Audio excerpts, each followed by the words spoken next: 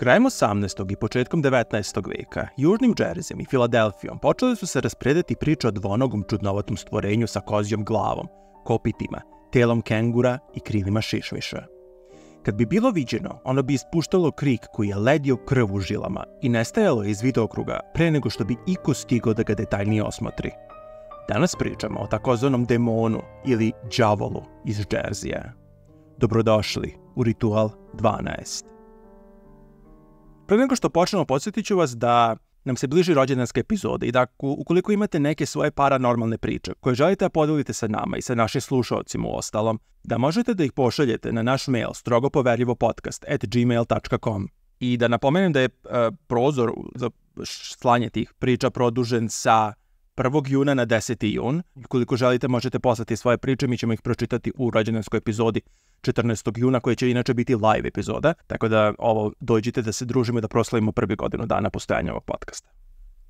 Ljudi su počeli masovno viđati ovo stvorenje u toku jedne nedelje od 16. do 23. januara 1909. godine, kada su i novine objavile mnogobrojne iskaze ljudi koji su preživali navodni susret s ovim stvorenjem širom Južnog Džerzija i Filadelfije. Nekad tih tvrdnji bile su da je čudovište napalo tramvaj u naselju Haddon Heights, ali i slučajne prolaznike u Camdenu i Bristolu, gde je policija čak ispalila nekoliko hitaca u čudovište, ali bezuspešno.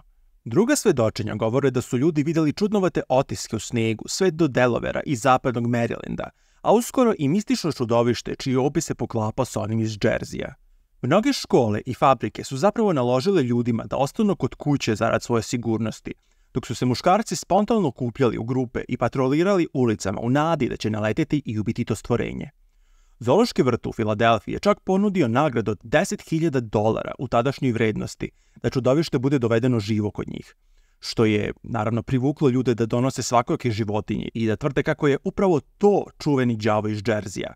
Jedna od tih životinja uključivala čak i kengura kome su bile nakačene veštačke kandže krila.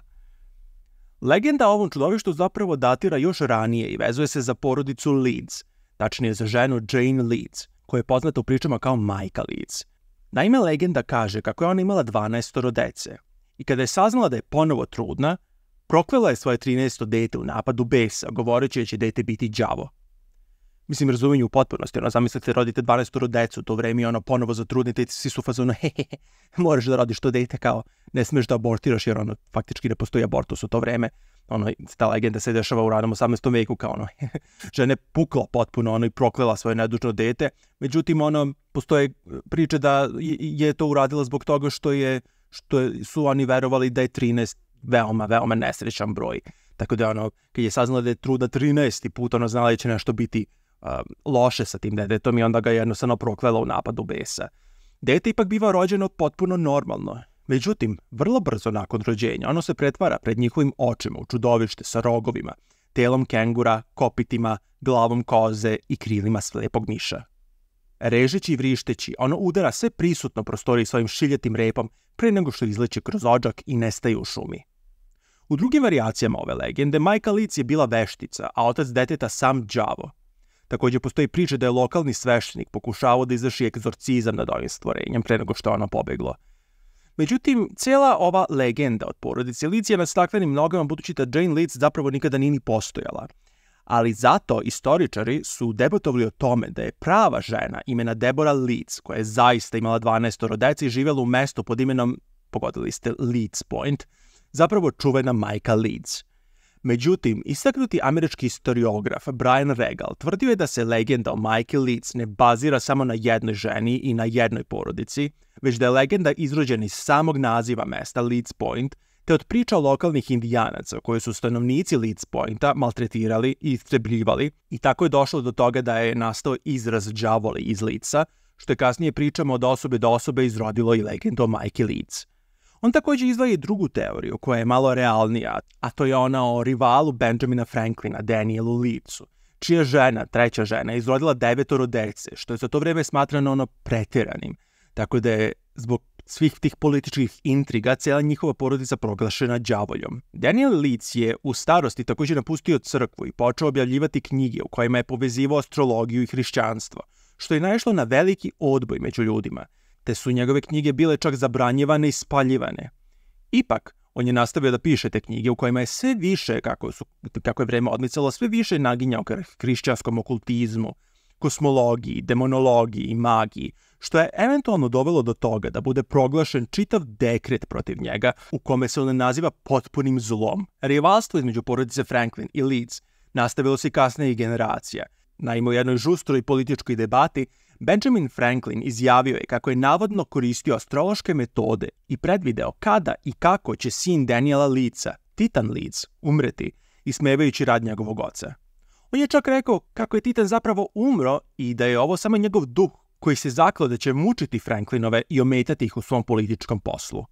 Šta više, čak i nakon što je Titan stvarno umro, on je nastavio da se sprda sa celom situacijom tvrdeći da je sada Titan zapravo zaista postao duh, tačnije đavo Leeds, zbog toga što je grb porodice Leeds bio zapravo crni zmaj sa krilima slepog miša, prilično nalik onome kako je đavo iz Jersija zapravo opisivan. Ovo čudovište je bilo viđeno i nekoliko puta pre onih masovnih viđenja početkom 20. veka. Naime, dok je obilazio topove u ovom mestu, Stephen Decatur, američki oficir, video je leteće stvorenje koje je pokušao da ubije pucanjem iz topova, međutim promašio je. Josef Bonaparte, stariji brat Napoleona Bonaparte, je također video ovo stvorenje navodno dok je bio u lovu 1820. godine. Tokom 19. veka ovo stvorenje je više puta bilo optuživano za klanje stoke, gde su ljudi prijavljivali da su čuli užasno vrištanje i kreštanje u toku noći, da bi se ujutro probudili sa svom svojom stokom preklanom. Decembra 1925. godine lokalni farmer je upucao čudnovato stvorenje koje se bilo okomilo na njegove kokoške i tvrdio je da niko od 100 ljudi kojima je pokazao tu fotografiju nije mogao da identifikuje stvorenje. Fotografija je na kraju izgubljena. 1937. godine nekoliko ljudi je tvrdilo da je vidjelo crno stvorenje sa crvenim očima koje su sijali iz mraka, a narednih godina je još nekoliko ljudi prijavilo da je čulo čudnovate vriske iz šume, za koje su sigurni da nisu pripadali ljudskom rodu. Skeptici veruju da u pitanju nije ništa drugo do obična urbana legenda koja je potekla od toga što je neko video nešto u šumi što mu je zaličilo na čudovište i potom se ta priča raširila i dobila svoje legende, poput Bugimena, Mothmana i ostalih, popularno nazivanih kriptida, kojima pripadaju i Drekavac, Karakondžula, Baba Roga, Baba Jaga, sve ono o čemu smo pričali u prethodnim epizodama. Sociolog Robert Bartolomej rekao je kako je đavo iz Jersija samo plod masovne histerije potekla od regionalne urbane legende. A ovo stvorenje je poput mnogih drugih postalo lokalna atrakcija koja privlači turiste, kao i deo mnogobrojnih knjiga, filmova i igrica sa tematikom naučne fantastike.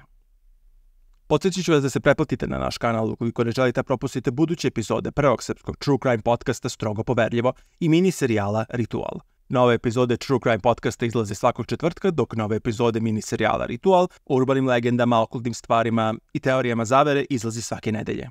I još jednom da vas podsjetim da pošaljete svoju priču koliko je imate i da je prozor do kada možete da je pošaljete produžen do 10. juna i da dođete 14. juna na naš kanal kada ćemo imati tu live epizodu rođendansku, kada ćemo proslaviti prvih godinu dana postojanja ovog podcasta. Hvala vam puno na izdvojenom vremenu i vidimo se sledeće nedelje. Doviđenja.